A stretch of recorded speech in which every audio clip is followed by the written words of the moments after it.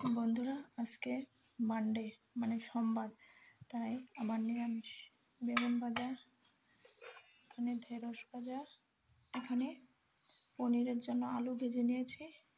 পনিরগুলি দিয়ে পনিরের সবজি রান্না করব। এখানে মশলাগুলি আলু পনির মশলাগুলি দিয়ে দিয়েছি, জিরা, হলুদ অল্প, আর এলাচ, গরম মশলা, কাঁচামরিচ। নিরামিষ রান্না করব, আজকে নিরামিষ খাই। পনির তরকারিটা রান্না হয়ে গেছে,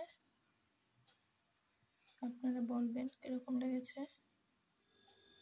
এখানে সবজি মিক্স সবজি কেটে নিয়েছি, এখানে পুঁই শাকের পাতা আছে, এটাও সবজির মধ্যে দেব।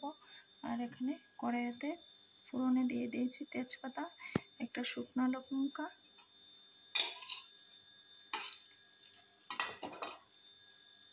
পাঁচফোড়ন দিয়ে দেব,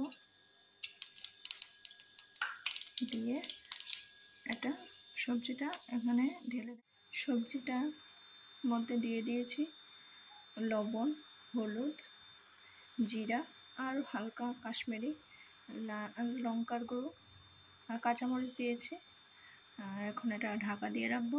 যখন হয়ে যাবে, মোটামুটি অর্ধেক হয়ে গেলে, ওই যে দেখিয়েছি শাকগুলি, ওই শাকগুলি দিয়ে আর ধনেপাতা দিয়ে এটা নামিয়ে নেব। নামানোর পরে এটা কীরকম লাগছে নিরামিষ তরকারিটা দেখাবো।